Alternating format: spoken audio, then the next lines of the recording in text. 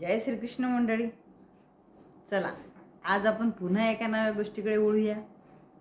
आपल्या गोष्टीचं नाव आहे आत्मविश्वास.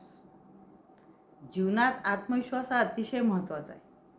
आत्मविश्वासाशिवाय तुम्ही कोणतंही कार्य उत्तम रीतीने करू शकत नाही.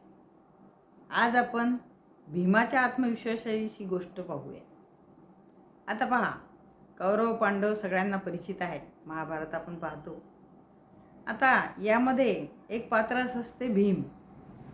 हा भीम अतिशय बलाढ्य, शक्तिमान आणि त्यातही त्याचा आत्मविश्वास अतिशय दांडगा असतो. आता एक वेळा काय होतं की पांडवांना वाटते की भगवान श्रीकृष्ण खूप दिवसाचे आपल्याकडे जेवायला आले नाही, तेव्हा आपण त्यांना आता जेवायला बोलवूया. मग ठरतं की कृष्णाला निरोप पाठवा. मग युधिष्ठिर निरोप पाठवतात आपल्या दूतांकरवी की भगवंता, तुम्ही आज आमच्याकडे जेवायला या. परंतु निरोप येतो की नाही नाही नाही नाही, मला आता काही वेळ नाही, मी काही येणार नाही. मग अर्जुन म्हणतो की दादा, कृष्ण माझा सखा आहे, मी निरोप पाठवतो म्हणजे नक्कीच माधव जेवायला येईल. मग अर्जुनाचाही निरोप जातो, परंतु भगवंत म्हणतात की नाही बा, मला काही वेळ नाही. मग आता सगळेजण नाराज होता.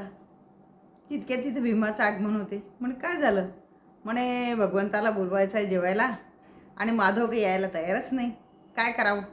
म्हणे बस एवढंच, मी बोलावतो. म्हणे तुम्ही असं करा, म्हणे चला, म्हणे जेवणावळीची तयारी करा. म्हणे सर्व ब्राह्मणांना बोलावलं जातं आणि सारी जेवणाची तयारी केली जाते. मग म्हणे अरे आता निरोप तर पाठवतो. अरे नाही, म्हणे तिची निरोप पाठवायची काय आवश्यकता नाही. म्हणे मी बरोबर वेळेवर निरोप पाठवतो. म्हणे मग स्वयंपाकाची तयारी होते. 56 भोग भगवंताला अर्पण करण्यासाठी सर्व भावंड तयार करतात आणि नगरातल्या प्रतिष्ठित लोकांना, आजूबाजूच्या राजे लोकांना सगळ्यांना आमंत्रित करतात. आणि मग एवढ्या सगळ्यांना आमंत्रित केल्यानंतर एवढी मोठी स्वयंपाकाची जय्यत तयारी होते. अतिशय सुंदर पक्वान्न आणि त्याचा घमघमाट सर्वीकडे पसरलेला असतो. मग हे सगळे बोलावतात, अरे भीमा, अजूनही तू कृष्णाला निरोप पाठवला नाहीस, केव्हा बोलवणार आहेस तू.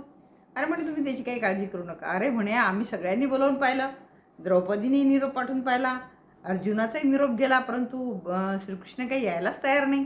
मग आता कसं. म्हणे नाही नाही, म्हणे तुम्ही त्याची काळजी करू नका. म्हणे चला, म्हणे जेवणावळीची तयारी करा. म्हणे मग जेवणावळीची तयारी केली जाते. सुंदर पाटांची रांग मांडली जाते, त्याच्यासमोर चौरंग ठेवले जातात आणि सुंदर ताटं, त्याच्यावर सोन्याची ताटं, चांदीच्या वाट्या, अतिशय सुंदर असं त्या ठिकाणी जेवणाची पंगत तयार केली जाते. परंतु सगळ्यांच्या मनात एकच चिंता की अजूनही याने निरोप पाठवलेला नाही. भगवंत कसे काय येतील, श्रीकृष्ण कसा येईल, माधव कसा येईल, अशी सगळ्यांना चिंता लागलेली असते. आणि म्हणून सगळेजण राहून राहून विचारणा करतात आणि त्यांच्या मनात एक कल्पना अशी येते की अरे भीमाला की नाही भरपूर जेवायला आवडतं आणि म्हणून याने सांगून दिलं कोणी नाही आलं तरी आपण मात्र हे जेवण संपवायला तयारच आहे.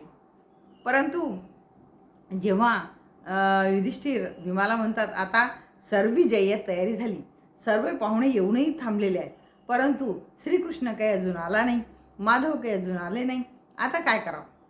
म्हणे बस झाली का, म्हणे सगळी तयारी. म्हणे हो, म्हणे सगळी तयारी झाली.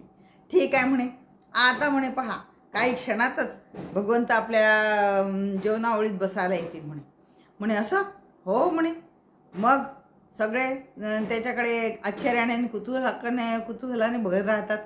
तेवढ्यात भीम जातो आणि आपली भली मोठी गदा घेतो आपल्या खांद्यावर आणि मोठ्या पटांगणामध्ये येतो. आल्यानंतर तो आपली गदा डोक्यावर अशी घेऊन खूप जोराने गरगरा फिरायला लागतो आणि त्या गदेला वचन देतो की हे पा, म्हणे मी तुला आकाशात फेकतो म्हणे वर, आणि तू खाली येईपर्यंत जर श्रीकृष्ण या ठिकाणी हजर झाले नाही तर ही गदा मी माझ्या डोक्यात मारून घेईल आणि माझा जीवनाचा अंत करेल. सगळे एकदम घाबरून जातात. अरे हे काय याने नवीनच आता काढलं. मग भीम जातो आणि आपली गदा जोरजोराने फिरवायला लागतो. आता भीम असतो, त्याच्या अंगी सहस्त्र हत्तींचं बळ असतं आणि तो मुळातही तसा खूप बलशाली असतो. मग जशी तो गदा फिरवायला लागतो तशी गदा अतिशय वायुवेगाने फिरायला लागते आणि ती गदा पूर्ण शक्तीनिशी भीम आकाशात भिरकावून देतो. जशी गदा आकाशात वर जाते तसं श्रीकृष्णाला लक्षात येतं की अरे भीम माने आता ती गदा जर आपल्या डोक्यात मारून घेतली तर मला तर एवढा मोठा महाभारताचा संग्राम पूर्ण करायचा आहे भीमाच्या हातून. अतिशय खूप दुष्टांचा नायनाट करायचा आहे आणि जर भीमच नाही राहिला तर कसं होईल. आणि म्हणून भीमालाच तर मला निमित्त बनवायचं आहे. आणि म्हणून भगवंत आपलं सर्व काम सोडून धावत दारुकाजवळ येतात आणि म्हणता अरे चल लगेच आपला रथ काढ आणि वायुवेगाने मला तू इंद्रप्रस्थाला घेऊन चल. जर आपण काही क्षणात तिथं पोहोचलो नाही म्हणे तर भीम ही गदा त्याच्या डोक्यात घेईल म्हणे आणि आपलं काम राहून जाईल. आणि क्षणाचाही विलंब न लावता श्रीकृष्ण रथावर बसून धावतच या ठिकाणी हजर होतात. आणि हजर झाल्याबरोबर जशी जशी गदा खाली यायला लागते तशी तोपर्यंत श्रीकृष्ण दारुकाच्या सहाय्याने आकाशमार्गे रथ घेऊन त्या ठिकाणी हजर होतात. हजर झाल्याबरोबर म्हणतात अरे भीमा थांब, हा बघ मी आलो. आणि जशी गदा खाली येते तशी भीम आपल्या हातामध्ये ती गदा पकडतो आणि भगवंताला म्हणतो इतके निरोप पाठवल्यावर तुम्ही येत नाही म्हणे, लगेच तुम्ही का नाही आले म्हणे. अरे म्हणे मलाही खूप कामं असतात म्हणे, मी कसं काय येणार आहे म्हणे प्रत्येक वेळी. म्हणे आता कसे आले. अरे म्हणे तू प्रतिज्ञाच अशी केली होती की मला येणं भाग पडलं म्हणे. पहा भीमाचा आत्मविश्वास इतका दांडगा होता की मी जर भगवंताला बोलावलं तर भगवंत आल्याशिवाय राहणार नाही. आणि म्हणून भीमाच्या बोलावण्याने भगवंत हजर होतात आणि आपलं कार्य त्याचं कार्य पूर्ण करतात आणि आपलंही कार्य साधतात.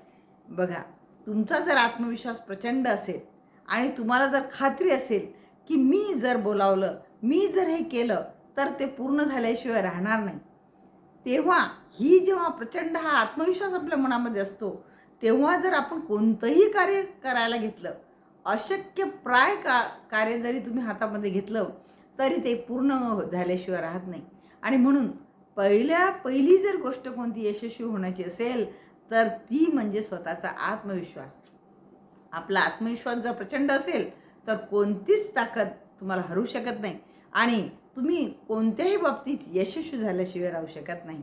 आणि म्हणून आपला आत्मविश्वास जागृत ठेवावा आणि तो वाढीस लागेल अशा गोष्टी आपण करण्याचा प्रयत्न करावा. राधे राधे.